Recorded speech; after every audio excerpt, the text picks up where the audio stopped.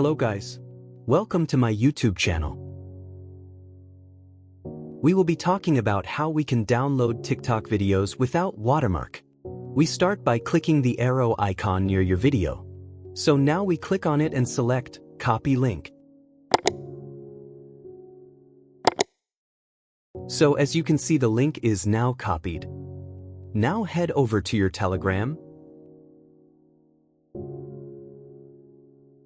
We move to the search bar and type the word TikTok downloader. It will appear when you are done typing. Mine is already there. So when we are done, we click on it. Make sure it is the same as the icon showing on your screen. So now as you can see, this is a Telegram bot used for downloading TikTok videos without Watermark. We paste the link we have copied earlier in the TikTok app. Then we wait for it to download. This is an easy step in downloading TikTok videos without Watermark. I hope this helps. We'll be posting another easy method soon. Thanks for watching. Don't forget to like, comment and subscribe.